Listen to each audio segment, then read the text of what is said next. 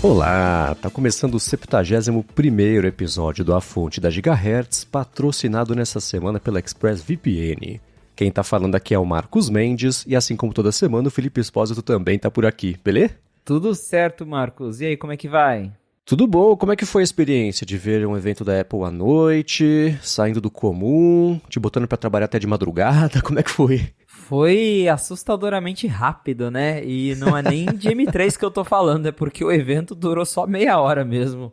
Pois é, eu fiquei curioso pra saber como é que foi o lance de vocês.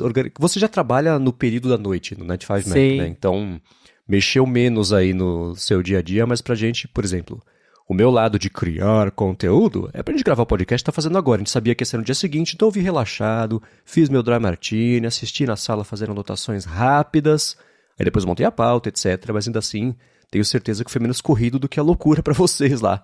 E pro povo que não tá acostumado a trabalhar de noite, né? Pra você imaginar, tá bom, né? Exato. Eu já estava no meu horário de trabalho, mas tem uma galera, por exemplo, lá no Reino Unido já era meia-noite, então acho que mais de meia-noite lá, porque Uhum. são 4 horas pra frente, se eu não me engano. Então o pessoal lá tava madrugando literalmente para poder assistir ao evento, que dirá escrever alguma coisa depois, né? Então foi bem atípico. Todo esse evento ele foi um tanto estranho, porque a Apple, tirando o WWDC, ela já não costuma fazer eventos na segunda. E aí, evento na Uhum. segunda à noite, então, já praticamente aí, quase no último dia do mês, foi uma coisa bem estranha, bem não Apple. Eu um dia gostaria de saber qual que foi o motivo deles terem escolhido isso, se foi realmente para aproveitar o tema de Halloween, para fazer algo diferente, se eles sabiam que porque só vai ter algumas coisinhas, vamos aproveitar para fazer algo fora do nosso padrão. Teve toda a questão também de que o evento foi filmado com o iPhone, e aí depois também a gente pode falar mais disso, mas foi bem atípico para a Apple, né? Desde a data, o horário, o jeito que esse evento foi feito, diferente. Foi, é. Eu tinha uma desconfiança, eu nem comentei isso porque vira quase teoria da conspiração, né? Mas que era pra agradar a China. Porque os eventos sempre são no meio da madrugada lá, né? Deve ficar meio chatinho, tá, não sei o que lá. Eu falei, provavelmente sempre quiseram fazer um evento à noite pra ver qual que ia ser o desempenho lá. Aproveitaram aí a chance que o Halloween dá de uma desculpa boa, né? De fazer à noite e beleza, mas não teve nada que os segmentos geralmente têm, né? Os eventos têm segmentos voltados pra China, entrevista com uma desenvolvedora chinesa, por exemplo, né, que até fica legendado, etc. Nem deu tempo de ter isso no evento, né? Então, não. Acho que foi mesmo só a brincadeira de Halloween e, sei lá, acho difícil que eles voltem a fazer isso, a não ser que vire uma tradição fazer um evento de Halloween pra lançar coisa, né? Pode ficar divertido também, né?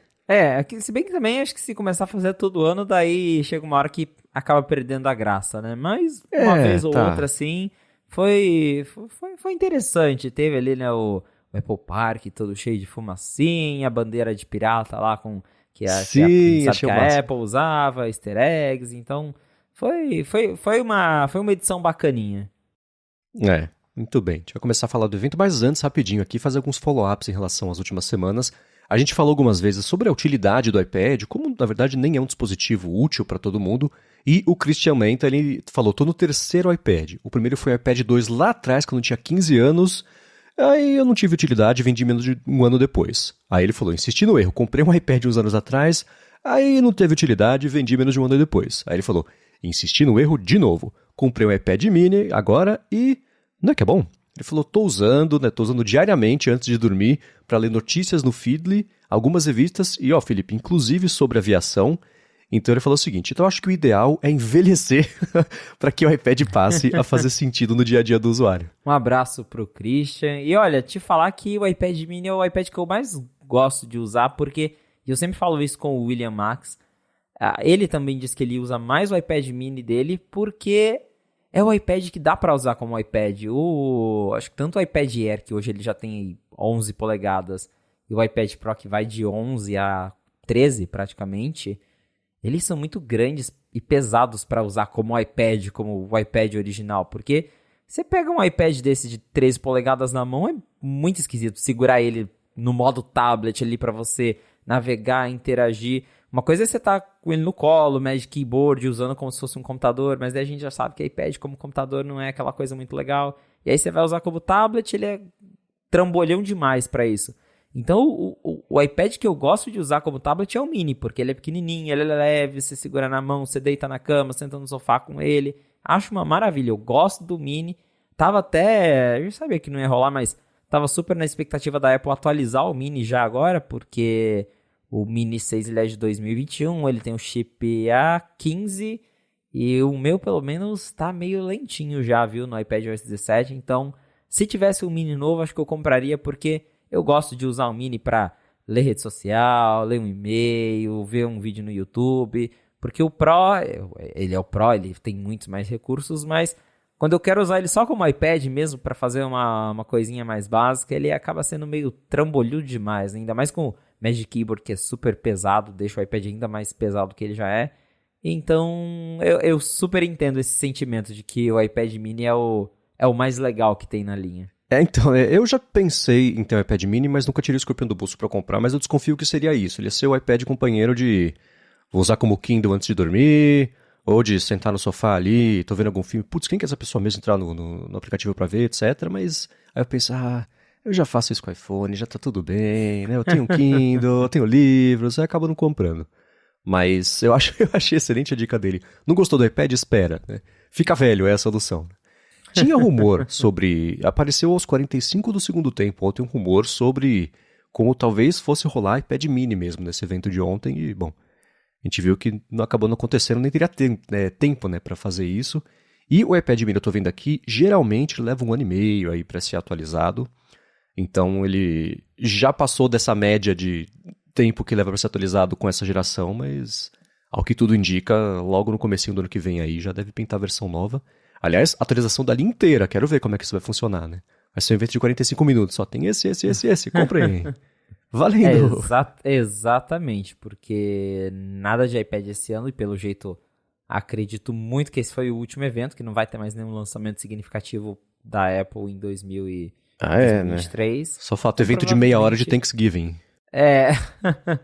Então provavelmente iPad novo só no comecinho do ano mesmo. Muito bem, agora um outro follow-up que pintou sobre a inutilidade da Siri. O Renato Doná mandou uma coisa curiosa, né? Falou, a Siri é o produto, o serviço mais irônico que a Apple tem. Ela não evolui, porque o processamento é todo local, mas se tivesse na internet, ela não funciona. Pois é, um adendo assim, já existe uma Siri offline, mas ela é bem básica e, se eu não me engano, só funciona em inglês e talvez em 2 ou 3 outros idiomas a mais. Em português realmente acho que ainda não tem. Mas em inglês você consegue lá, sei lá, tá no modo avião, tá sem internet, você consegue dar alguns comandinhos básicos, tipo, tocar música, pular música, dá pra fazer esse tipo de coisa com a Siri, mas realmente boa parte do processamento é local, mas precisa de internet pra algumas coisas e com internet sem internet a Siri continua sendo a Siri, né? Tá aí uma verdade. Bom, tivemos um follow-up Scary Fest aqui, vou falar sobre o evento Scary Fest. Então, né, repercussões aqui pra gente poder também gravar rapidinho, editar rapidinho, publicar rapidinho pra chegar pra todo mundo. Bom, a abertura é padrão, né? Evento começar com um videozinho ali pra todo mundo, né? Dar tempo de chegar, sentar no sofá, dar aquela acomodada, começar a prestar atenção, né? Desacelerar, etc. Esse é o tipo de vídeo que eu não costumo ver muita graça, assim, né? Porque, por exemplo, o Mother Nature é engraçado porque a gente conhece essas pessoas e sabe que elas não são assim. Esse vídeo de parceiros, né, teve lá o Headspace, o Girls Who Code do Harvard, que é super legal, Porsche também, são desconhecidos, interagindo entre si num jogral de escola, cada um no seu lugar de trabalho. Aí eu falo, tá, já entendi, vamos pro evento? Como é que pula, como é que acelera e passa essa parte? Mas deu pra ver não o conceito do que eles querem posicionar o Mac para fazer, porque isso já vem de muito tempo, né? Mas ainda assim, no evento foi meio um fio condutor assim, escuta, o Mac é muito legal para os seus projetos pessoais, para o seu trabalho, para a interação entre os dois, é usado em diversos mercados no mundo inteiro, por todo mundo. Então, comprem, né? Mas não sei, o que você achou desse vídeo? Tirando essa parte, o que você achou do vídeo? O que eu acho engraçado, e aí não é nem só sobre esse vídeo, é como que geralmente, quando a Apple vai apresentar um novo produto, ela faz esses vídeos, ela cria um multiverso em que só existe aquele produto. Porque eu vi o cara andando com um Mac na quadra e eu pensei, em qualquer outro comercial da Apple aquele cara estaria usando um iPad. Não faz sentido você andar com um Mac numa quadra de basquete. Mas no multiverso do Mac, obviamente só existe o Mac porque a Apple quer vender Mac naquele momento, então ela vai colocar um cara andando com um MacBook de 15 polegadas numa quadra. O povo anda com o Mac pra... Ninguém faz isso, mas realmente é um vídeo ali que é legal, mas a gente já sabe o que o Mac faz, todo mundo já conhece computador, então é meio... dá um pouquinho de preguiça, né? Ainda quando é um produto novo, sei lá, ela vai mostrar... pessoal usando a Apple Vision Pro no trabalho, talvez daqui a um tempo. Aí você fica, uau, um produto novo, coisas novas. Agora, Mac, até iPhone, a gente já sabe o potencial que tem, né? Então, não tem mais tanta graça assim esse tipo de vídeo. Pois é, ainda bem que não era evento de Mac Pro, senão ia estar lá o cara com um computador, um monitor, um mouse e teclado nas costas pra ensinar tem um jogo de rodinha, basquete. dá pra puxar a rodinha, né? Mas muito bem, aí começou, e eu achei super legal, super divertido, Apple Park lá com neblina, a música, essa parte de direção de arte mesmo do episódio, eu achei, do episódio, ó, foi quase um episódio, né, do evento, foi super bacana, o lance da bandeira pirata, né, que você falou mesmo, que é um easter egg, que pra quem não conhece a história eu vou deixar aqui na descrição. Tim Cook com o seu good evening, né, ao invés do good morning. Pela primeira vez. Ele também deu o mesmo tom, né? O Mac é para pessoas criativas, para pessoas produtivas, fazer o melhor trabalho de suas vidas, aquele pedaço do evento cheio de superlativos, né, para falar. E ele já deu o tom também, gente, vou falar aqui sobre laptops Pro, e já passou a bola direto lá pro Suruji, que também, né, eu até brinquei no Threads, né, ele já tem um sotaque de vilão do James Bond, né?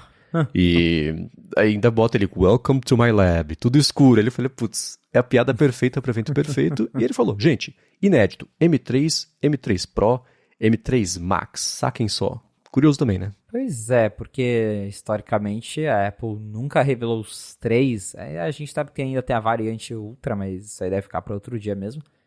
Eles nunca revelaram nem... sempre começava pelo chip base, né? Então... lá em 2020, teve o evento do M1, depois que veio os outros chips, aí foi em 2022 que a Apple anunciou o M2, e aí de novo, teve um evento só pro M2, foi na WWDC, quando veio o MacBook Air, e só no começo desse ano que ela lançou, né, M2 Pro, M2 Max, M2 Ultra, e agora ela já chegou assim com os dois pés na porta e toma M3, M3 Pro, M3 Max. Como eles falaram, já vamos revelar uma família nova de chips. Então, veio tudo de uma vez. Eu também não sei se, claro, se tá pronto, já tá vendendo, é porque realmente tá lá, já realmente está pronto, né? Mas eu não sei se algo apressou a Apple a anunciar tudo isso de uma vez, porque o M2 Pro e o M2 Max, eles são bem recentes. A gente até brincou que a gente estava feliz por ter o Mac do ano, e agora já o Mac do ano, que continua sendo o Mac do ano, já não é mais exatamente o Mac do ano, porque tem novos. Mas eu sinto, é só um achismo meu, mas talvez isso da Qualcomm, que para quem acompanhou aí outras notícias, a Qualcomm anunciou nas últimas semanas os novos chips dela para computador em parceria com a Microsoft, para PCs Windows ARM, e eles afirmam que o chip novo deles é tão eficiente e poderoso quanto os chips da Apple, quanto o M2. E, claro, eles ainda não estão disponíveis no mercado, vai chegar no comecinho de 2024, mas me parece que a Apple correu para anunciar tudo de uma vez, para já falar, então toma aqui que o nosso continua agora sendo mais rápido, vai lá bater o M3 agora, né? Então, porque é muito atípico eles terem anunciado tudo de uma vez, mas... se tá realmente, literalmente, ela já vendendo na loja, porque ela sentiu que já estava pronto o suficiente para colocar nas mãos das pessoas. E tivemos outra situação atípica no evento atípico, que é os 3 chips sendo lançados de uma vez só, e todos eles construídos com a arquitetura de 3 nanômetros, que é a mesma do A17 Pro, que está dentro do iPhone 15 Pro. Então já temos aí um salto, né, na arquitetura dos chips M, porque eles sempre eram baseados no chip anterior do iPhone. O M1 era baseado no A14 e aí o M2 era baseado no A15. Então agora a gente já pulou para um baseado no mais recente chip, que é o A17 do iPhone. E por que você acha que aconteceu isso, né? De intervalo tão curto de tempo entre as versões M2, e acho que essa foi a primeira vez que a Apple falou sobre a família M3, nesse caso, óbvio, né? Mas a família chamou como família, acho que ela viu que todo mundo tem essa dificuldade de falar, é a geração M2, são os chips M2, o Apple Silicon, gente, é a família M3, vamos facilitar para todo mundo? Beleza, né? Então, porque é curioso, tem essa história que você comentou, né? Tinha esse padrão de lançamento, e principalmente no caso das versões Pro e Max, é raro elas serem substituídas não só menos de um ano depois do lançamento, mas tão menos de um ano depois do lançamento assim, né? Elas estão há pouco mais de 6 meses, na verdade, à venda. 9, eu acho, né? Então é incomum, né? O que será que aconteceu para ela falar, putz, tá pronto, vamos aí, lança. De novo, eu acho que talvez o empurrãozinho da Qualcomm tenha servido para a Apple se motivar a atualizar logo toda a linha de Macs dela, não só os de entrada. Mas se a gente voltar bastante anos, não só alguns anos no histórico de Macs, você deve lembrar que antes a Apple tinha lá MacBook Pro Early 2009, aí tinha às vezes o Late 2009 ou Mid 2009. Era comum a Apple atualizar os Macs com mais frequência assim que tinha chip da Intel novo. A Intel lançou chip novo, bota no Mac, não muda nada. Bota o chip novo e manda pra galera. Porque, claro, que quem comprou, a gente mesmo comprou o M2 Pro, Max, whatever, no começo do ano, dificilmente vai se preocupar em atualizar. Mas sempre tem alguém que tem um Mac mais antigo pronto para comprar um novo. E aí, se tem atualização, que já, né, compre aí, compre o mais recente, compre o melhor que tem. Então, não vejo, né, como uma coisa ruim. Pelo contrário, que legal que a Apple conseguiu, né, tá voltando com isso de, tem novidade? Coloca e já coloca no mercado para quem precisa, para quem tá afim. Até porque, apesar de o M2 Pro, Max e a variação Ultra, que ainda não ganhou uma nova, terem chego no comecinho desse ano, o M2 em si já é um chip mais antigo, né? De novo, um chip de 2022, meados de 2022, então já tem bastante tempo em que a versão base foi anunciada. Tem toda essa questão que eu falei também de ele era baseado lá no A15 ao invés de ser do A16, então já era uma arquitetura um pouquinho mais antiga, então pode ser que eles falaram, tá pronto, vamos atualizar tudo de uma vez, já deixar tudo com arquitetura nova, 3 nanômetros, já aproveita ali a gente sabe que a Apple deu bastante foco ao Ray Tracing, que é algo que chamou bastante atenção no iPhone 15 Pro, e o Mac mesmo ainda não tinha isso, então acho que serviu para igualar ali todos os produtos em termos de tecnologias disponíveis. Vamos ver se vai continuar sendo uma tendência, né? Se ela vai, por exemplo, conseguir entregar um M4 com talvez aí um ano de diferença, ou se o M4 agora também vai demorar um pouquinho mais para chegar. Mas bem, de novo, atípico. Pois é. E, bom, inaugurou aí a geração de 3 nanômetros do processo de fabricação.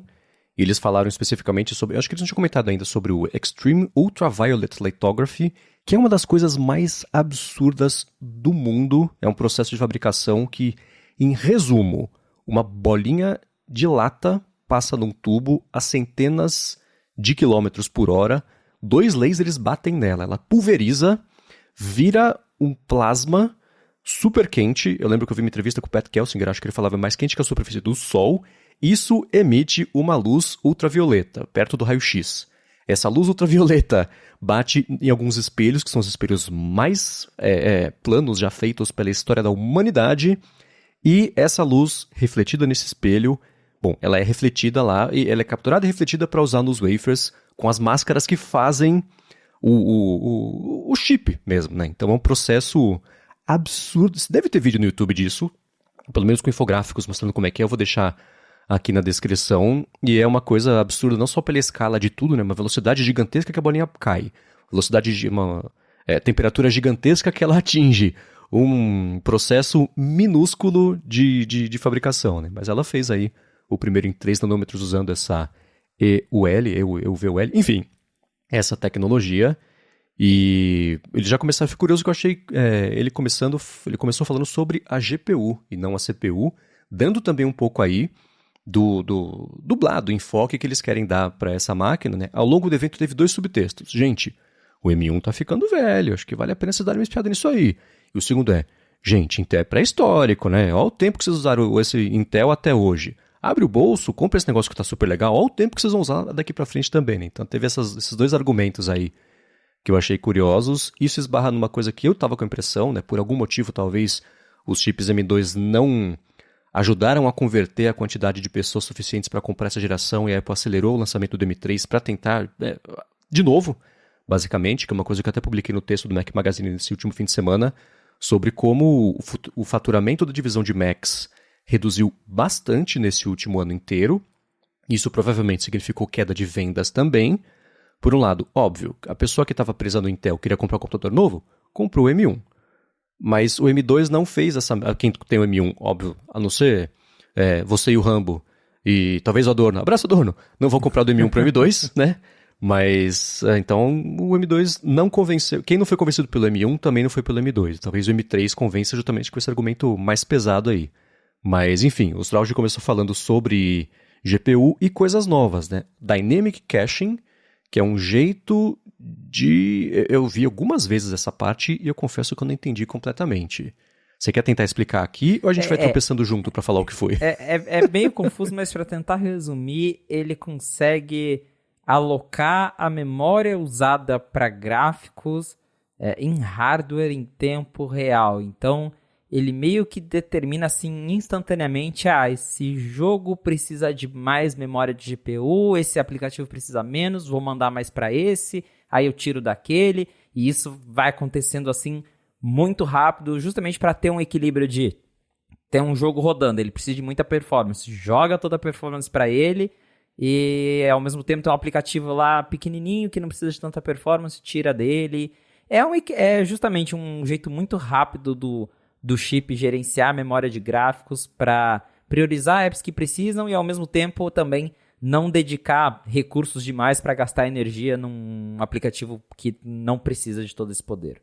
Tá, ok, fez sentido. Me parecia porque era um jeito mais imediato de responder à demanda de poder de fogo da GPU e analisando o tempo inteiro tudo que está pedindo GPU, tudo que está usando e não necessariamente pedindo poder de fogo, né? Então, o negócio está pedindo bastante, deixa eu ver o resto aqui também para liberar isso em tempo real e não na hora que o outro processo ele pedir de novo alguma coisa, eu olhar a situação. Tá, fez um pouco mais de sentido e vamos torcer para a Apple nas entrevistas explicar ainda melhor isso aí para fica mais fácil da gente explicar para as nossas avós no Natal o que é Dynamic Caching, que eu sei que elas estão muito interessadas no que é isso, né? E também, nesse segmento, a Apple falou sobre aceleração de Mesh Shading e de Ray Tracing em hardware. E aí não tem como não falar sobre jogos, né? A Apple tentando aí correr atrás dessas décadas que ela não deu muita atenção para esse mercado. E que o mercado agora está passando décadas atribuindo a falta de atenção para ela. Mas ainda assim ela insiste nisso aí. E eu não pude deixar de pensar no Vision Pro nesse segmento, né? Ela mostrando essas técnicas todas, olha aqui, é aquilo de sempre, né? Olha o reflexo, olha a sombra, a luz batendo aqui, a sombra ficando atrás, não sei o que lá, as texturas, etc. E eu pensando, olha quanta coisa que o Vision Pro não vai ter, que vai ser lançado daqui a uns meses ainda. Que situação estranha, né? Isso é outra coisa que muita gente está se perguntando, porque a Apple deixou claro na WWDC que o Vision Pro tem o M2, não o M3, não qualquer outro chip. E agora a gente já está vindo aí com o M3, um chip atualizado, 3 nanômetros, mais econômico, mais eficiente, com GPU bem mais poderosa, que é algo que o Vision Pro precisa bastante. Não é à toa que ele tem o chip R1, que é dedicado a renderizar só as câmeras, para justamente tirar isso, desafogar o M2, para ele cuidar de outras coisas. E a galera tá se perguntando, né? Será que a Apple vai chegar de surpresa ano que vem e falar, pegadinha, na verdade é o M3, não é o M2. É a aposta do Rafa do Mac Magazine. Pois é, eu não acredito muito nisso, porque eu até citei o exemplo esses dias no Threads, conversando com o Parker Ottolani, o exemplo do iPad mini, que aconteceu no mesmo evento, mas se você voltar na Keynote de setembro de 2021, o iPad mini 6 tem o mesmo chip A15 do iPhone 13. Só que na época, quando a Apple foi apresentar o iPad, Ela só, sei lá, passou um slide e falou, ele tem um chip novo mais rápido. Não disse qual chip, não deu nome, não deu dados, não deu nada. Aí lá no final do evento, daí ela anunciou o chip A15 como a novidade do iPhone 13. E aí depois rolou surpresa, o chip novo do iPad mini 6 é o A15 Bionic, o mesmo do iPhone. Então acho que se a Apple fosse usar um chip que não existe, né, o M3, eu acho que ela teria deixado em anônimo, tipo, não teria falado, até porque o Apple Vision é um produto que só vai chegando que vem, ela não precisaria falar disso. Ela só falaria, o chip tem a performance e tal, e é isso. Não precisava falar nome, não precisava falar que é o M2, não precisava colocar o M2 estampado lá no site, então tem chance. A Apple às vezes é imprevisível, às vezes é, mas para eles já terem colocado em todas as imagens, para ter protótipo que está nas mãos dos desenvolvedores com o M2, para depois chegar em cima da hora e eles trocarem para M3, eu acho que é meio... me soa improvável, né? Impossível nunca é, mas me soa algo improvável, porém impossível, como você falou, a gente não pensar que, né, o produto vai chegando que vem e já vai estar defasado, ainda mais que, segundo os rumores, o Apple Vision Pro vai chegar nas lojas no começo de 2024 e a segunda geração só deve vir em final de 2026 para talvez 2027. Então, vai ser aí pelo menos 2 anos até a Apple atualizar esse negócio e ele já vai chegar com um chip de 2022. Então, é estranho, mas ao mesmo tempo eu não sei se eles já teriam anunciado isso, deixando muito claro que ele tem M2, se fosse para ele, na verdade, ter o M3. Eu fico pensando, é óbvio que a Apple sabia quando que ela ia lançar o Vision Pro e quando ela ia lançar esses Macs, né? Esse roadmap é decidido com bastante antecedência. Mas o que ela poderia ter feito se fosse rolar M3 assim, o chip é um chip Apple Silicon que a gente vai detalhar mais pra frente. E beleza, ia ter toda uma especulação, a gente ia ter passado meses com a certeza de que ia ser um chip Apple Silicon feito específico pra ele, etc. Quando não, ele seria um M3, né? Como ninguém comprou ainda, não teve pré-venda, não teve nada, né? A Apple não enganou, entre aspas, ninguém.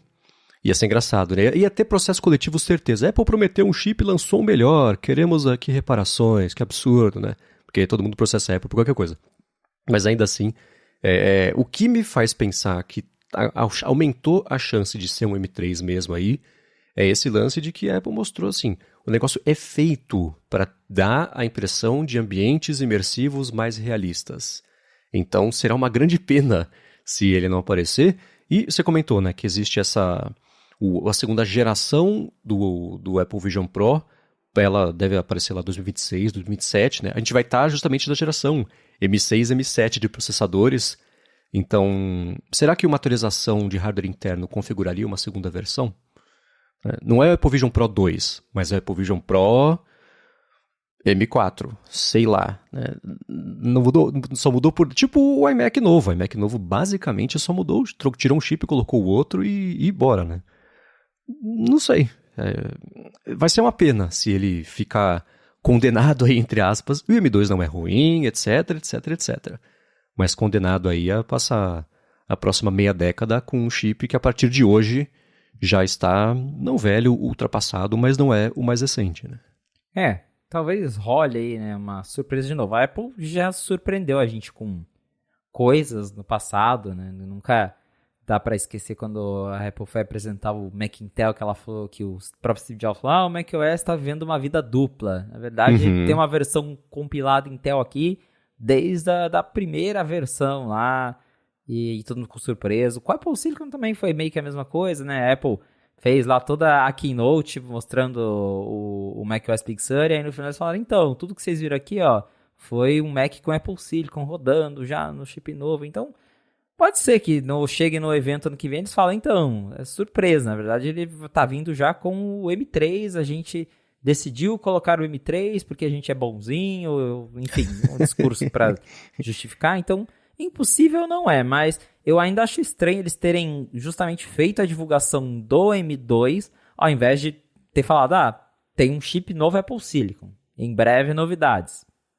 Vamos ver o que o futuro nos reserva quanto a isso, porque realmente Acho que o grande destaque do M3 fica para a GPU, né? Nem performance de CPU, porque eles mostraram lá os ganhos de CPU e comparado assim com o M2 acho que 15%, e aí comparado com o M1 aí chega a ser 30% mais rápido, mas ainda assim não é nada tão gritante. Mas no caso da GPU, tem até a Apple falando que a performance de renderização chega a ser quase 2,5 vezes mais rápido do que o M1 e 1,8 mais rápido do que o M2.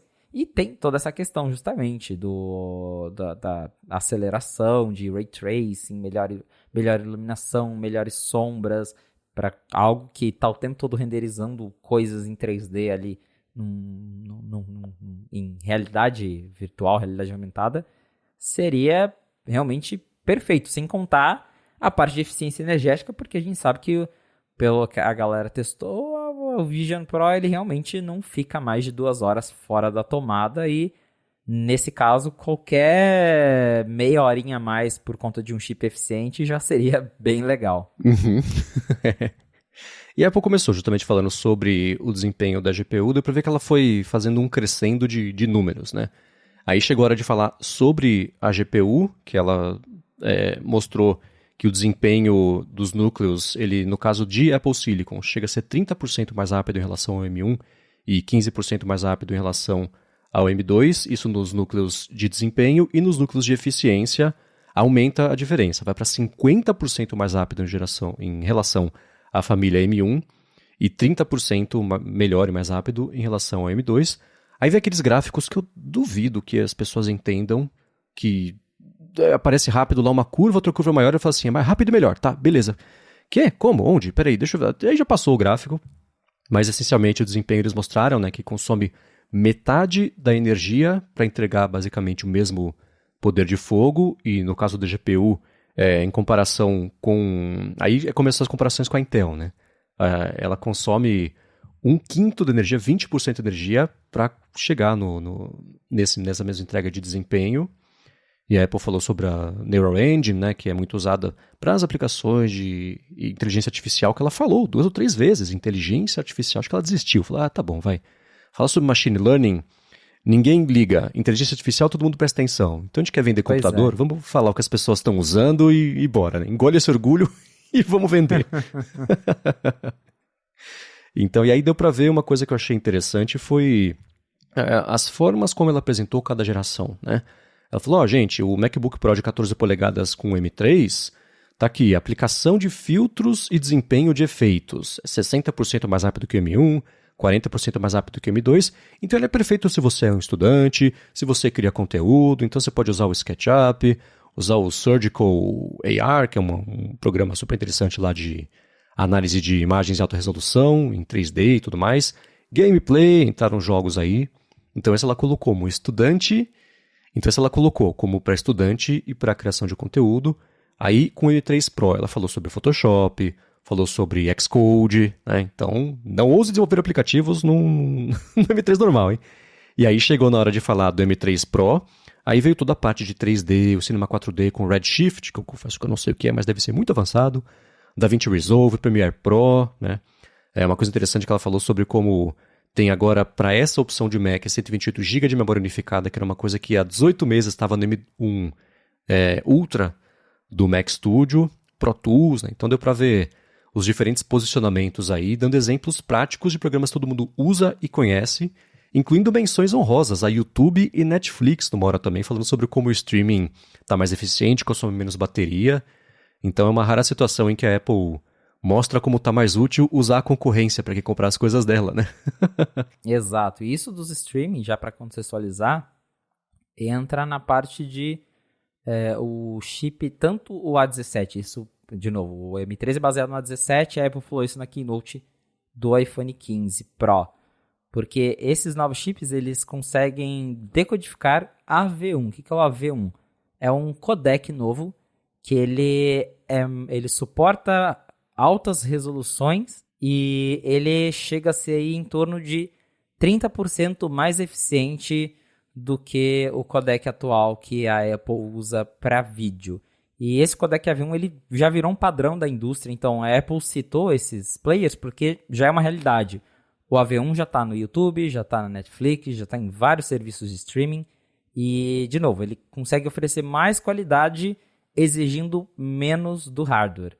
E agora que o chip, tanto o M3 e o A17, suportam esse AV1, isso significa que os produtos da Apple, né, os dispositivos da Apple conseguem rodar os vídeos nesse formato. Por consequência, você consegue assistir teu vídeo em 4K na Netflix, YouTube, seja lá onde for, gastando menos bateria, que, de novo, é ótima vantagem para quem tem MacBook, para quem tem iPhone. Então, bem legal ver esses avanços nesse sentido. Teve também nessa questão de que a Apple se rendeu, falou de AI claramente. Não tem jeito, é o termo da indústria, todo mundo já aderiu. Se ficar falando machine learning, acho que ninguém entende mesmo. O pessoal ficava, e aí, quando que a Apple vai falar de AI? Pronto, a Apple tá falando de AI, né? Então, deu para ver que eles se renderam a isso mesmo. E teve também isso que o Marcos pontuou de cada chip teve a sua introdução, e inclusive é algo que a gente pode falar também, é que o M3 base, embora ele esteja no novo iMac, ele também deu à luz a um MacBook que não existia, que é o MacBook Pro de 14 polegadas M3. Só M3, porque até então a linha era, você tinha o MacBook Pro de 13 polegadas com Touch Bar, aquele modelo esquecido, com o design antigo, que era baseado lá realmente no modelo com Touch Bar, com a tela 13 polegadas padrão, sem notch, bordas. E agora a Apple matou esse modelo. Esse modelo lá fora ele custava $1.300 e ela lançou uma versão mais barata do MacBook Pro de verdade, que é esse modelo que chegou com notch, tela de 120 Hz, o design novo, mais portas. Só que ao invés do M3, de começar no M3 Pro, agora ele começa com o chip M3 normal. E aí, claro, ele custa um pouquinho mais do que o modelo com Touch Bar, porém ele custa muito menos do que a versão M3 Pro. Até fiz uma matéria com comparativo lá no 95Mac, e para contextualizar aqui para vocês, esse modelo novo ele tem 8 GB de RAM, 512 de SSD, e o chip M3 base, e ele custa $1.599. Se você daí quiser a versão M3 Pro, o preço ele vai para $1.999, que é o que já custava antes, né? Então, a gente está falando de $400 de diferença.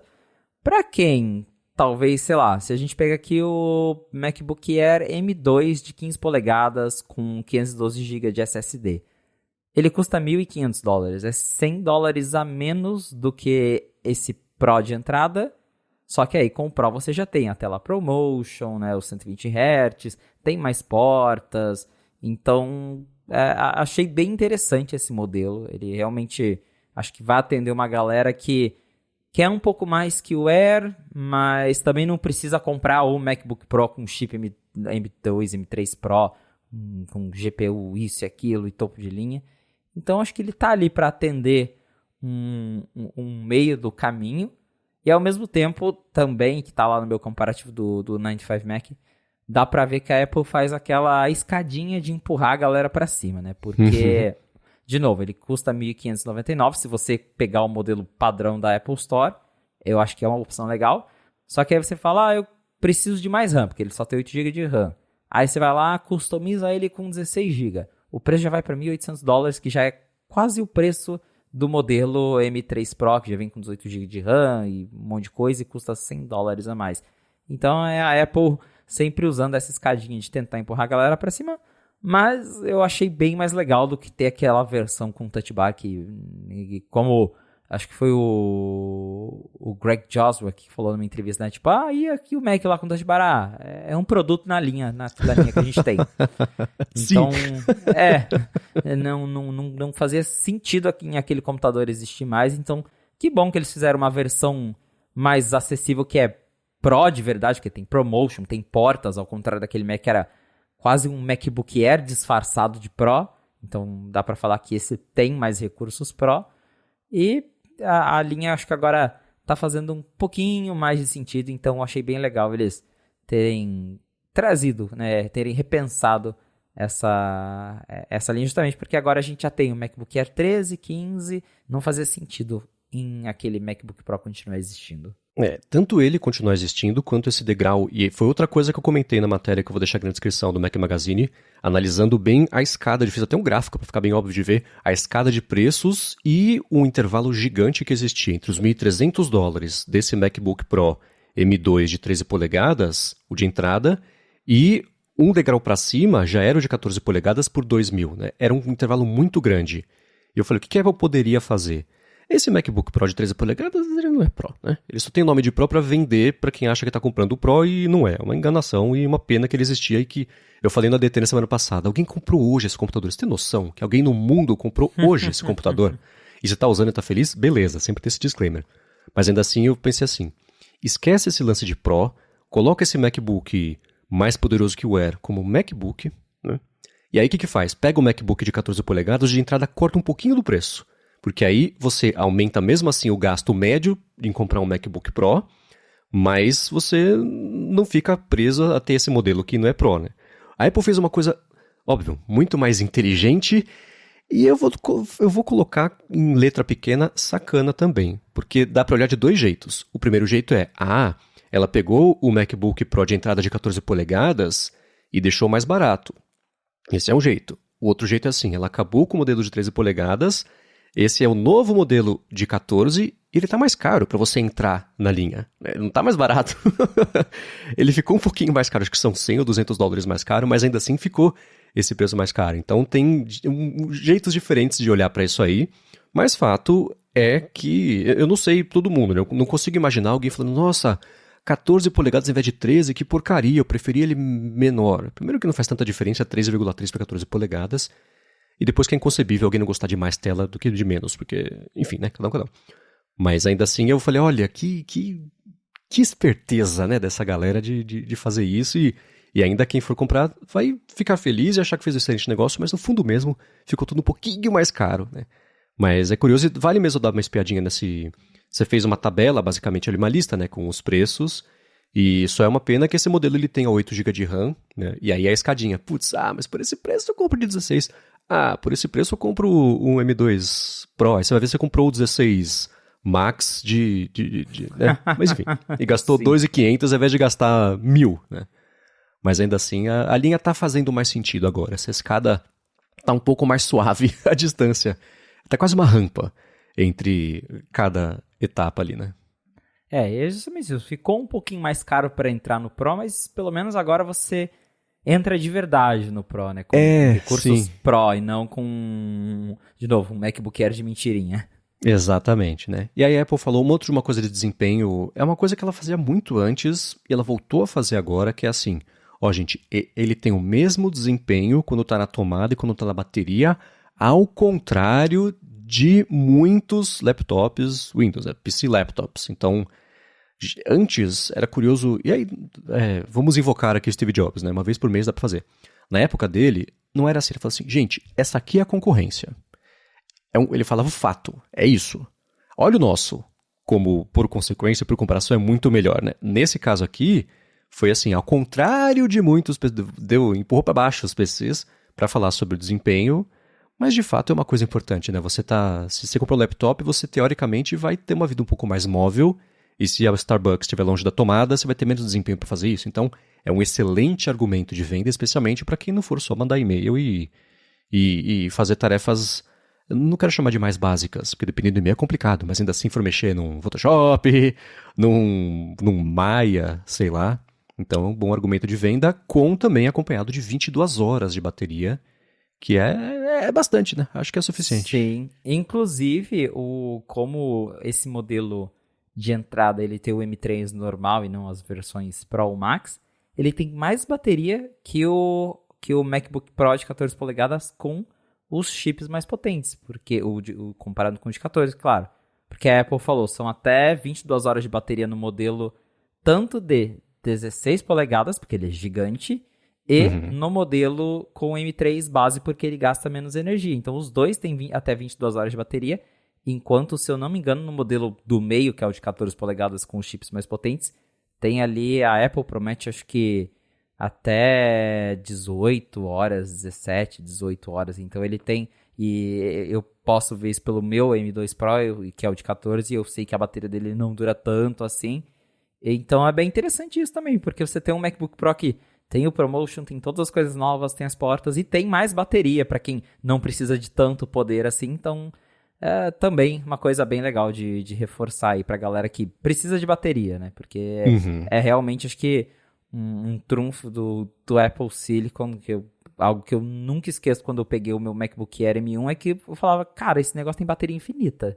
Não, a bateria dele não vai acabar quando estiver na hora de jogar o Mac fora e comprar outro, porque eu ficava assim, quando eu precisava fazer algo básico, 3 dias sem carregar o Mac e era super feliz. Esse aqui, como ele é o Pro, ele gasta mais bateria, eu consigo ficar um dia inteiro fora, trabalho em paz, não preciso me preocupar, carrego no final do dia, mas ainda assim, se você pegar nesses dias eu tava mexendo no meu MacBook Pro com Touch Bar Intel ainda, que eu passei para alguém da família e fui pegar esses dias para mexer um negócio. Sei lá, eu peguei e tava em 100%. E fiquei ali, acho que com 1 hora de uso já tava na metade. Eu falei, nossa, que tristeza que era, né? Então, a gente voltando para trás, a gente vê que acho que essa questão da bateria é algo que faz sentido eles estarem reforçando, principalmente, como você bem notou, falando pra galera, ó, você aí do Intel, tá na hora de mudar, hein? Que o negócio pra você aí tá ruim. E realmente, quando a gente volta atrás, dá pra ver que os avanços nessa área foram bem grandes. E aí teve um segmento específico mesmo pra convencer o pessoal de Intel. Eles tinham falado, né, rapidinho aqui, ó, gente, tá muito mais rápido que Intel.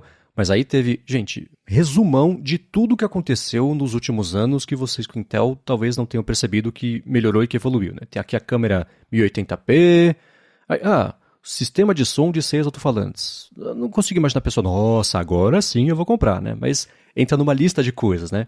Magic Keyboard, que é um jeito de falar, não é o teclado borboleta, é um outro jeito bonitinho de falar isso, né? Conectividade avançada, com, enfim, né, todas as melhorias de versões de Wi-Fi e Bluetooth que pintaram por aí. Falaram sobre o monitor também, o Liquid Retina XDR Display, que você vai conectar também no monitor externo. Aliás, o MacBook Pro de M3 de entrada, ele conecta só um monitor externo, que eu vi o pessoal comentar de um jeito ruim sobre isso, e que para ter pelo menos 2, aí você tem que comprar o modelo Pro. Então a Apple fez esse apanhado, e ela fez mais pra frente também em relação ao macOS, esse apanhado de funcionalidades que quem tem um Mac Intel já se acostumou a não ter, e talvez tenha, né, de pouquinho em pouquinho foram pintando coisas que não chamaram atenção, mas na hora que você empacota isso tudo numa mensagem só, de uma vez só, fala, pô, tá aí, acho que tá bom, acho que tá na hora, né?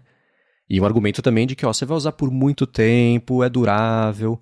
Ela voltou a falar de durabilidade já quando falou sobre a cor nova, mas deu pra ver como não foi agressivo de um jeito agressivo, mas foi intensa essa mensagem sobre, gente, tá na hora, né? Porque o que não tá dito no evento é assim, já não vai mais ter macOS pra Mac Intel, né? Com certeza, porque eu lembro que escrevi sobre ele lá na época da WWDC e o macOS Sonoma descontinuou vários Macs. Se eu não me engano, o Sonoma ele precisa de um Mac 2018 em diante, e se a gente pensar que o M1 é de 2020, o próximo macOS já vai estar batendo na porta de tirar todos os Intel que sobraram aí, que são suportados pelo macOS. Então, a gente vê que acho que a mensagem desse evento é clara. Você que está no Intel, vai para um Apple Silicon, porque a qualquer momento não vai ter mais atualização, a gente vai parar de suportar, você está perdendo um monte de coisa.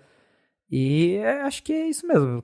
Questão aí de mais um ano, provavelmente o suporte aos Macs que ainda tem Intel vai ficar para trás mesmo, e essa galera aí vai ter que se mexer para atualizar. E é bem interessante também que, como você pontuou há pouco, deu para ver também que eles estão correndo atrás da galera do M1, né? Que várias vezes também eles falaram, é tantas vezes mais rápido que o M1. Com o M2 eles até faziam uma comparação ou outra, mas não, esse aqui ele é até 2 vezes mais rápido que o M1. Tem sei lá quantos gráficos, né, quantos GPU tantas vezes melhores que a GPU do M1. Então também bem curioso ver que eles estão já, justamente acho que é até o que faz mais sentido, indo atrás da galera que tá nos Macs mais antigos, porque computador não é algo que você fica trocando todo ano e tirando aí os entusiastas de plantão, a galera que compra computador, principalmente um computador caro, não vai ficar comprando todo ano. Então,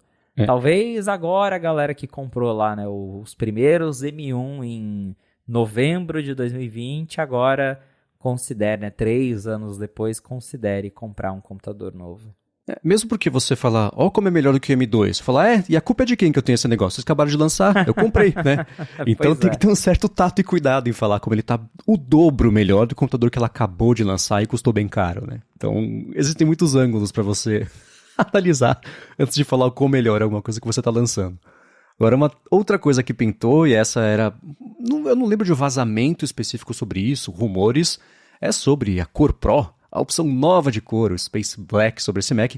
Mas antes da gente falar sobre isso, eu vou agradecer a ExpressVPN, que está mais uma vez patrocinando a fonte e segue oferecendo um jeito de, por meio do nosso link, você aproveitar até 4 meses de graça. Né? Você contratar 1 ano e usar por quase 1 ano e meio, né, a VPN. E a ExpressVPN é o seguinte, né, se você se conecta a Wi-Fi públicos, então de shopping, de aeroporto, de hotel, geralmente não tem senha porque pode acontecer do que você está fazendo na internet ser o preço disso, os dados sobre os sites que você acessa, os streams que você acessa, aplicativos, por quanto tempo está fazendo cada coisa, isso ser vendido, cedido, emprestado para instituto de pesquisa, por exemplo, na melhor das hipóteses, para a gente ver relatório depois, tempo no streaming tal, aumentou X%, é assim que eles sabem, né? Uma parte de como eles sabem é assim. Mas com o ExpressVPN, isso não acontece porque a sua conexão passa a ser criptografada, você escolhe, se você quiser, por exemplo, só assistir alguma... Está no Brasil, quer acessar algo do Brasil com conexão protegida, não tem problema. Abre a ExpressVPN, se conecta ao servidor dela no Brasil e pronto, a sua conexão está estável, segura, sem perda de velocidade e mais protegida. Mas se você quiser, por exemplo, acessar alguma coisa que só tem lá fora, você vai lá, acessa um dos 100 países que ela oferece de servidores, roteia a sua conexão por lá e pronto, o sistema de lá acha que você está vindo de lá. Isso é ótimo para streaming, por exemplo, porque você pode acessar o catálogo japonês da Netflix ou o catálogo croata do HBO Max, que é o que eu faço para ver algumas séries, ou então no YouTube, quem subiu o vídeo não deixou disponível na sua região.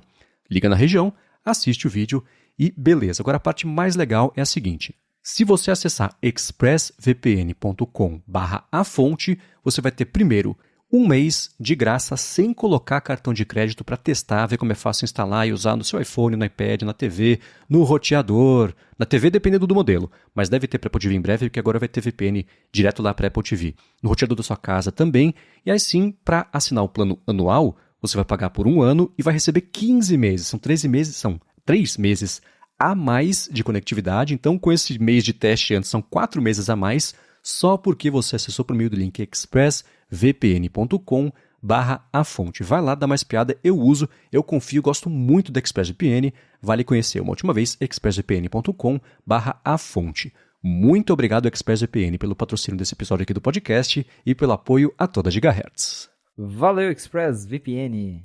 Muito bem. Quão Pro é Space Black? É a pergunta que eu faço pra você, Felipe. Ela é tão Pro que você precisa comprar um chip Pro pra ter essa cor, né? Porque aparentemente o M3 base ele não consegue renderizar as sombras do tom mais escuro.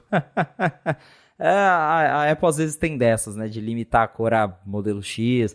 Eu não consigo não pensar no iPhone Jet Black. Lembra dele, o iPhone 7 Jet Black, que pra você ter Lembro, eu tive. Arrancaram da minha mão na Paulista. Só. Caramba, putz. Que tristeza.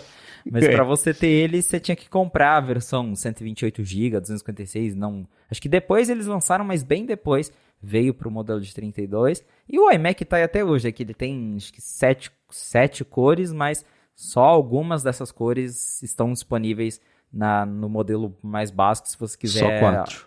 Isso, e aí as outras você precisa comprar os modelos mais caros para ter. Então, é algo que é meio tosco, mas ao mesmo tempo é a Apple sendo a Apple. E no evento, inclusive, no vídeo da Apple, eles é o que eles fazem sempre, né? A famosa história dos 50 tons de cinza espacial da Apple, porque deu a impressão de ser um super quase preto mesmo, aquele negócio escuro. E aí eu fui ver uns hands-ons, porque Não rolou um evento presencial, mas a Apple chamou uns jornalistas para fazerem um hands-on depois lá num lugar em Nova York.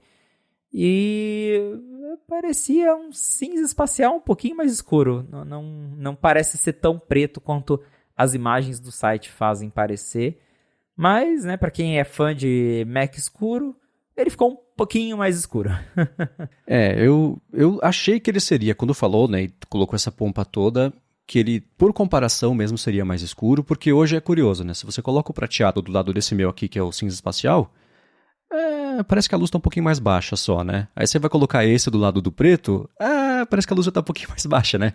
Ele tem uma tonalidade, um azulzinho de diferença entre um e outro, de saturação ali, e no máximo é isso, não é exatamente um PowerBook preto, aquela coisa que existia antes, mas ainda assim, se eu estivesse no mercado por um MacBook Pro novo, a não ser que alguém queira muito comprar o meu para facilitar comprar o novo, não tá à venda, tá?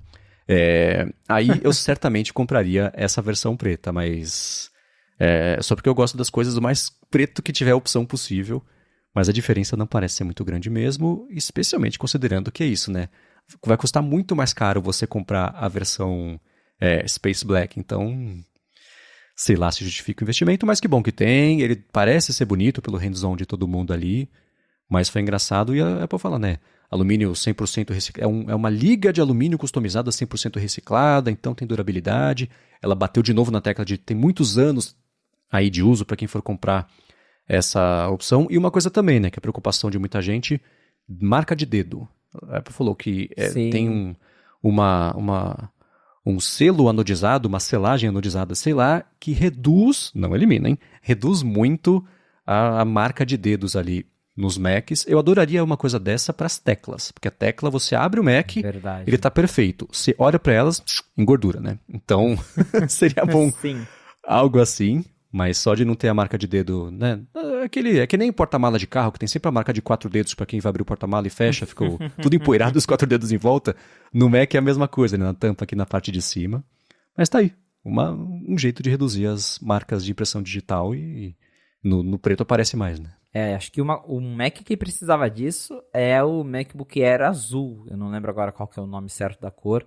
Acho que é o meia-noite, né? Se eu não me engano. Eu chutaria meia-noite se eu fosse chutar. Tô caçando Eu aqui acho que rapidinho. eu acho que é meia-noite. Porque eu já vi ele presencialmente algumas vezes. Eu tenho alguns amigos que têm. Eu nunca vi um negócio que suja tão fácil quanto aquele Mac. Porque ele sim fica com muita marca de dedo. Eu achei muito bonito, inclusive, mas quando eu fui ver na loja, fui ver pessoalmente dos meus amigos, se encostar naquilo lá, ele pega mais mancha que o ácido inoxidável do iPhone. Então, que bom que essa cor nova aí, segundo a Apple, ela pega menos marcas de dedo, porque fica bem feio mesmo, né? Porque o MacBook é um negócio que você literalmente se apoia a mão nele, né? Então, às vezes você carrega ele com a mão, então ficar com o notebook todo cheio de dedos não é legal mesmo. Mas eu, particularmente, esse ano troquei de Mac, eu peguei o prata, eu tive o Mac cinza espacial, mas eu enjoei da cor, eu achava ela meio... justamente por isso, porque parece um prata sujinho. Então, eu falei, quer saber? Vou pegar o prata que lembra os Macs originais, né? Eu gosto de ver os MacBooks prata, acho que eles são bem mais elegantes do que os modelos cinza espacial. E aí, depois da apresentação das cores, veio o momento que todos estávamos esperando ansiosamente, o trailer de Legacy of Monsters. Eu falei, por quê, gente? Vocês têm meia hora. Não tinha meia hora pra encher, não é possível, né? Eu achei que fosse mostrar o Killers of the Flower Moon, que é violento, né? Tiro, porrada e bomba o tempo inteiro, né? Então pode ser meio desagradável de mostrar na sala da família, mas ainda assim, Legacy of Monsters, tá? Vamos todo mundo parar e ver o Godzilla por 40 segundos antes de ver quanto custa o Mac. Exato. Não precisa, não foi nem, né? E foi algo muito forçado. Porque assim, a gente já tá acostumado que a Apple enfia trailer do Apple TV Plus no meio das keynotes, né? Sempre tem um segmento, mas eles nem poderiam, por exemplo, tá rolando um beta agora do 17.2 e tem umas mudancinhas na interface do aplicativo Apple TV. Sei lá, se eles tivessem falado, tivesse no momento o aplicativo Apple TV, soltasse um trailer lá, você fala, tá no segmento Apple TV, vou no banheiro ali enquanto eles passam o trailer. Mas foi literalmente, olha como a tela do Mac é incrível. Aí tinha lá o frame do MacBook com o trailer rodando. Eu falei, não, gente, para. Para que isso aí já tá forçação demais. E aí, junto disso, ó, de novo, né, gente, jogos, por favor, vocês fazem streaming de jogo, roda aqui, né, o argumento foi, é ótimo pro trabalho e pra vida, né, o método Faustão, tanto pessoal quanto profissional. Então, falaram sobre jogos aí de novo, falaram sobre... Isso eu achei bacana, né, mostrando lá os apps de medicina, que agora eu não vou mais conseguir ver ninguém usar em comercial da Apple qualquer laptop na mão sem pensar no Felipe falando, seria um iPad certeza se fosse comercial de iPad isso aqui, né? O pessoal andando lá com o laptop, e aí chegou a hora dos preços, de explicar essa parte que a gente comentou sobre um barateamento mais caro da versão de entrada, mas que tá melhor, né? Então não dá para reclamar. E já temos preços brasileiros também, né? Já temos preços no Brasil e aqui o preço a gente já sabe, né? O Mac Magazine publicou que ficou um tiquinho mais barato, mas não é aquele muito mais barato. Então, para quem cogitar comprar um Mac aqui, a versão de entrada do MacBook Pro começa em R$ 18.499. E aí, se você quiser o upgrade para o M3 Pro, a partir de R$ 22.999. Era mais caro do que isso, tá? Então, ficou mais barato. Não sei, é uma boa notícia? É uma notícia? Tá aí, para quem tiver a coragem de comprar um Mac desse no Brasil, que eu sugiro que não façam isso, porque com 22 mil você vai para os Estados Unidos, compra esse Mac lá fora e ainda passeia, porque foi o que eu fiz. Então, mas tá aí, não tem data para chegar no Brasil, tá lá atualmente não disponível. Provavelmente chega até final do ano, porque como a gente tem visto, a Apple tem acelerado o processo de lançamento de coisas no Brasil. Então eu diria que no máximo final de novembro deve estar aí já. Mas coragem, né? Eu fico pensando assim, se fosse pra mais, né, qual seria a minha reação? Porque de acordo com a tabela aqui do Mac Magazine, link na descrição, tem lá que esse modelo M2 Pro, ele aumentou 4%. Ele reduziu. Força do hábito, né? Ele reduziu 4%. Aí eu penso, putz, não faz diferença. Se tivesse aumentado, eu olhar e falar, putz, não faz diferença. De 23 para 23, 24 mil, ok, tá desproporcional do mesmo jeito, né? Tudo bem que é muito, mas assim, quem for pagar 23 vai pagar 24 e vai doer horrores igual, né? E, enfim, né? Se apoiar no parcelamento, não tem jeito. Mas ainda assim, ok, que bom que tá 4% mais barato. Na versão seguinte, 10% mais barato. Se você considerar que são mais 10% de desconto se você fizer o pagamento à vista, aí faz uma boa diferença, mas ainda assim, são o quê? 25 paus, né? Então, pesado. É bem complicado. Inclusive, eu tava vendo uma tabela que estava mostrando os preços dos Macs ao redor do mundo, que sempre sai essas coisas, né?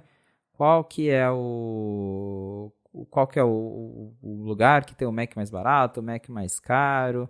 E dentre os países em que os Macs são vendidos oficialmente, o Brasil tem o Mac mais caro do mundo. Claro que tem uns países em que a Apple não tem uma atuação direta, e aí os preços podem variar ainda mais, porém, de novo, dos países em que existe uma Apple Store oficial, em que a Apple atua ali com preços de tabela dela, o Brasil tem o Mac mais caro do mundo. E não sei se esse é um título que a gente deveria se orgulhar, né? A gente geralmente alterna com a Turquia, né? A Turquia deve estar em segundo nessa isso. lista. Então, tá vendo? Nem tinha visto a lista, mas é sempre assim, né? É uma pena, mas não chega a surpreender, né? E nos surpreendeu também iMacs novos, né? Eles foram bem o que o rumor, eu acho que a expectativa é indicada. Gente, abriram, tiraram o chip M1, botaram M3, fecharam de novo, comprem, né? E que bom, eu não vejo um problema nisso, né? Não dá pra... Eu acho esses iMacs muito feios ainda. Eles não são pra mim. Eu lembro quando saiu, eles pareciam um modelo 3D genérico com Pantone aplicado ali. Sim. Não é pra mim. Eu sei que tem gente que acha muito bonito. Que bacana. Não aprendi a gostar ainda. Acho que é o jeito mais gentil que eu posso dizer. Daria pra trocar o design, mas ele foi bem aceito. Então, trocar... Ele tem o Wi-Fi 6, agora? Wi-Fi 6, Bluetooth 5.3. E 3, eu ia falar 5.1. Então essa parte de conectividade melhorou, bacana. Eu acho que vai chegar no futuro não tão distante esse lance de a gente ter, que nem era a geração, uma coisa que o William Max bem lembrou, né? Era comum você ter a cada 6, 8 meses uma atualização de Mac, era o Early 2023, Mid 2023, Late 2023 e beleza, né? Um chip um pouquinho mais rápido, continua tudo igual, um press release mesmo fazendo o lançamento e vambora, né? Dá pra ver isso chegar justamente porque tivemos um intervalo tão curto entre o M2 e o M3. Eu não sei se poderia aparecer versões Bionic ou versões... Como é que a Apple chama os chips que geralmente são de meio de caminho? Tem Bionic e tem... Eles botam letra, né? O A12Z, X... Isso, M3X. Assim. Não tá fora do campo de possibilidades, né? E beleza, e o iMac, tudo bem que com 2 anos de intervalo, ele é, entre aspas, a vítima disso, né? Sim, tá igual, mas tá melhor. Quem estava segurando para comprar, certamente vai comprar esse, e quem não se interessou pelo primeiro, talvez se interesse por esse, porque o Mac Intel foi ficando velho, são os argumentos que ela colocou ali. E ela falou que ele é 2 vezes mais rápido do que o iMac com o M1, né? E aí começou, né? Em relação... Coisa curiosa, a gente pode explorar aqui, né? O 27 polegadas, 21,5, esse aí é o de 24, não é isso? Isso. Então tem um lance de tamanho, mas assim, ele é 2 vezes e meia mais rápido do que o modelo de 27 polegadas, que é com o modelo Intel, e 4 vezes mais rápido do que o Intel também de 21 polegadas e meia. E a Apple também colocou aqui os diversos benefícios que ele foi acumulando ao longo dos últimos anos, inclusive a opção de quem quiser o teclado com o Touch ID. Falou sobre a parte do macOS, né? Gente, se você não sabe, você pode receber a ligação no iPhone e atender aqui no Mac. Você pode escanear o documento no iPhone e já mexer no Mac. Integrações, né? Família toda ali de produtos. Mas não veio USB-C nos periféricos, né? Então, por onde você eu fiz a lista completa aqui pra gente poder repercutir aos pouquinhos, mas por onde você quer começar a repercutir esse iMac novo? O iMac, de novo, não foi uma surpresa. Eu talvez esperava que eles iam mudar as cores, lançar um modelo preto, acho que seria bem legal. Porque uma coisa que não me convence nesse iMac são essas bordas brancas. Acho que se ele tivesse uma versão preta, eu acharia super bonito. Eu engoliria ali o queixo dele sem nada na frente se fosse tudo preto. Mas essas bordas brancas eu já vi pessoalmente, não me desce. E aí eles não trocaram. Foi literalmente isso. Colocaram um chip novo. E ok, né? Pra aquela hora que quer o iMac, que eu acho que hoje em dia deve ser uma coisa meio nichada, porque todo mundo que eu conheço tem MacBook. Uhum. Eu acho que eu nunca vi pessoalmente alguém que tem esse iMac. Aparentemente uma sósia da Paola Carrossela usando na pia da cozinha, né? Aquela foto que não faz sentido. Sim, eu nunca entendi também essa pira da Apple em colocar gente usando iMac na cozinha. Não, as pessoas não usam iMac na cozinha. Né? Só novo, o Jota falou que ele usa. O Jota falou que usa, mas... situações em que no multiverso não Mac, a Apple teria alguém usando um iPad, não um Mac. Mas, né, como era o evento de Mac, ela tem que colocar Mac, e se eu botar um Mac na cozinha, né? Então, nossa, deve ficar tudo engordurado, sujo, um horror. Não façam isso. Farinha no teclado, não. Não, usa o iPad. Pega lá o iPad, põe o iPad que é mais adequado pra isso. Mas eu gostaria de ter visto novas cores. Eu não sou o público desse iMac, porque, enfim, eu gosto de telas maiores que 24 polegadas, eu tenho um monitor de 27, mas modelo preto eu gostaria que tivesse, não teve. Isso dos acessórios eu achei bem estranho e bem decepcionante, porque, primeiro, Mark Gurman tava jurando de pé junto que ia ter Magic Mouse USB-C, teclado USB-C e... não teve nada disso. Continua vindo com cabo Lightning e o iPhone já ganhou USB-C, né? Que era o produto que tava ali a Apple segurando e... pô, por que não atualizou agora, né? Mas... é uma pena. E não teve iMac Pro, porque tinha uma galera falando também que vai ter o iMac Pro, uma versão maior ou melhor. E inclusive, eu acho que o discurso da Apple me deixa claro que eles não pretendem lançar um iMac maior, porque eles bateram nessa tecla várias vezes de que o iMac de 24 polegadas é o substituto ideal tanto para quem tinha o de 21 quanto o de 27 polegadas, porque eles falam que é um meio termo entre os dois. Na prática, eu que já estou acostumado com tela grande e já vi o iMac pessoalmente, eu acho que quem gosta de tela grande não consegue ir para uma tela menor. Então, eu adoraria ver um iMac maior, talvez assim eu cogitaria ter um, mas não teve isso. E até lá no site da Apple, porque antes você abria a página do iMac, ele se chamava iMac 24, iMac 24 inches. e agora ele chama só iMac. Então acho que talvez em algum momento eles até pensaram em trazer o iMac Pro de volta, mas tá ficando cada vez mais claro que o iMac é isso aí. Quem quiser algo diferente, compra um Studio Display, liga em qualquer outro Mac, porque o iMac virou um desktop divertido para quem quer ter um desktop ainda, mas tirando isso, a gente sabe que o foco profissional da Apple tá no Mac Studio, na galera que compra MacBook Pro e liga no monitor, e acho que dificilmente a gente vai ver um iMac grande. Então é isso, foi uma atualização para quem gosta do iMac, que de novo, acho que é muito nichado, e ao mesmo tempo em que eu tava esperando um pouquinho mais, é isso, acho que o iMac talvez não tenha mais o apelo que ele tinha há alguns anos e por isso ele não recebe tanta atenção assim como ele já recebeu no passado. Eu fico imaginando um futuro não tão distante com o iMac Pro, com os chips Pro, Max, talvez até Ultra, já pensou? E preto, né? Com a opção também um Space Black para manter essa consistência do Pro, ser isso, etc. Mas foi curioso mesmo esse argumento de, o menor ou o maior, o médio tá muito bom pra vocês vão gostar. Comprem que tá bacana. Então, eu acho que a gente tá num período ainda de transição. Porque o iMac, ele é histórico. O iMac e o Mac Pro disputam pra ver quem tropeça mais ao longo da própria evolução, né? Teve o iMac Pro, que foi um jeito de tapar o buraco, enquanto o Mac Pro não era atualizado por conta de Intel e não sei o que lá, e o lixeirinha que esquentava, eles não conseguiram resolver. Então esses dois, olha o tempo que leva para você corrigir um tropeço desse tamanho, né? Tipo, manobrar um navio transatlântico, vai demorar, né?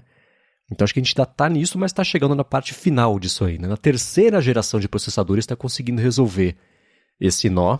Então eu imagino que não é possível que esse seja a visão de um único modelo desktop que a Apple tem nesse esquema de tudo em um, né? Acho que o maior, a não ser que, não sei, seja isso, o plano é maligno, é vender mais monitores externos? Não, acho que não, né?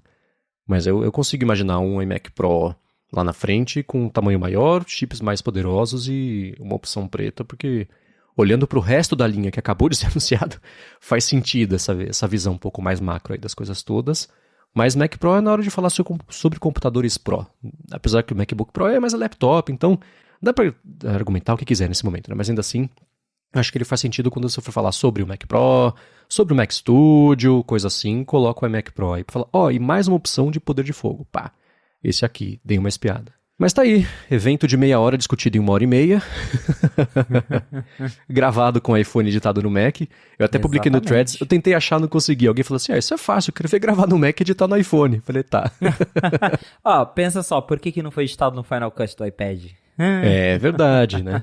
O Joelson Correia falou exatamente isso, né? Quero ver editar no iPad, aí sim também vai ser interessante, né? Mas tá aí, no geral, você ficou satisfeito, ficou frustrado, ficou igual? Como é que foi a sua reação? Achei bom que acabou rápido, foi um evento curto, deu um mês de trabalho pra cobrir. Eu já não tava esperando muito, porque eu tava até na dúvida se a Apple ia mesmo apresentar os 3 chips de uma vez, e aconteceu. Mas nenhuma surpresa, né? Um evento de Mac tradicional, em que tiveram alguns updates pra galera que tá mais atrasada, mas nada... Eu já não estava esperando nada muito grande mesmo, né? Então, acho que pra mim a maior surpresa foi justamente o evento ter sido gravado no iPhone, o que diz muito sobre o que foi anunciado nesse evento, porque eu assisti o evento todo, achei bonito os cenários, Apple Park à noite. E aí, enfim, a empolgação com os produtos novos, quase zero. Aí a hora que terminou o evento, que apareceu a mensagem, este evento foi gravado no iPhone 15 Pro Max. Eu olhei e falei, opa, caramba!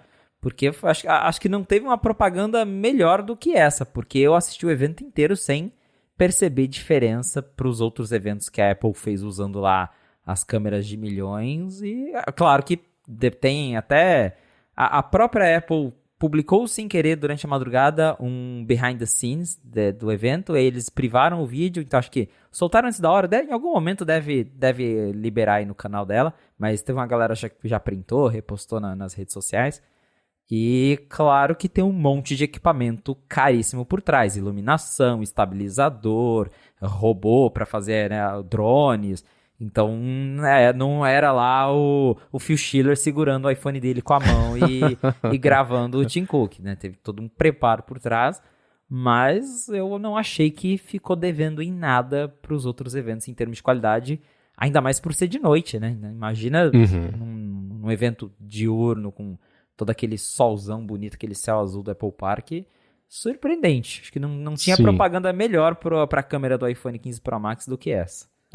Isso é uma coisa que a gente falou sobre fotografia, né? Quando a Apple apresenta as fotos, ó como tá melhor a foto aqui em relação ao iPhone passado, você vê aquela foto linda, mas é isso, ó.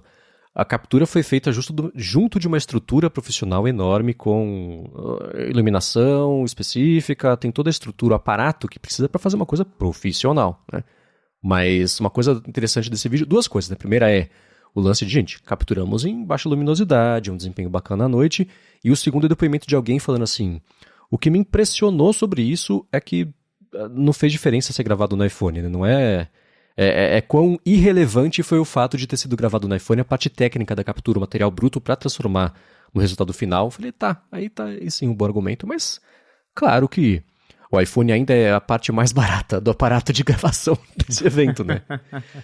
Essa parte não surpreendeu. Vamos torcer para a Apple republicar esse vídeo, ou para ver se alguém republica e antes da Apple mandar tirar do ar, dá pro pessoal ver. Porque, para quem gosta de produção dessas coisas, é interessante. Não tem como não ser, foi a primeira vez que a gente viu como se grava uma keynote da Apple, né? Porque sim. nunca, desde que eles começaram a fazer esses eventos virtuais, a gente nunca tinha visto como é gravado. E agora a gente viu não só como é gravado, mas como é gravado com o iPhone. Então foi bem legal. Espero que esse vídeo volte ao ar aí. E uma parte que eu sempre tive curiosidade para saber sobre aqueles telões que tem em lugares diferentes, aquele bando de galpão que tem, né, que eu achava que era tudo só 3D, sei lá, e não, né, tem um cenário de verdade. Na apresentação eu não vou lembrar o nome da executiva. Tem um telão de verdade.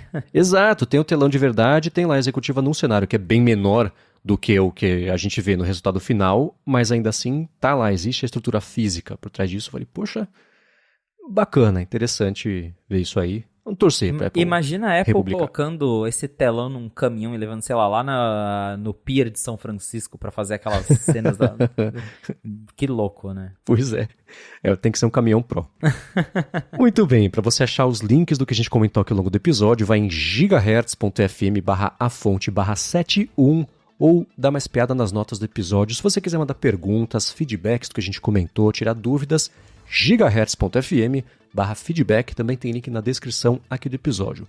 Muito obrigado ExpressVPN pelo patrocínio do episódio de hoje, obrigado a vocês que deixam reviews, avaliações, que recomendam o A Fonte para mais gente, e obrigado a você, Felipe, por mais uma semana nos ajudar a fazer sentido lá do que vem de Cupertino.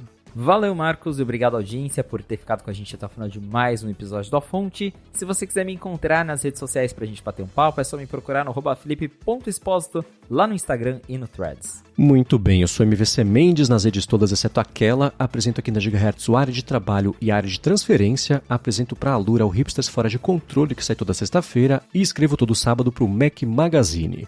Muito obrigado mais uma vez pela audiência de vocês. E a gente volta na segunda e não na terça que vem. Um abraço e até a próxima.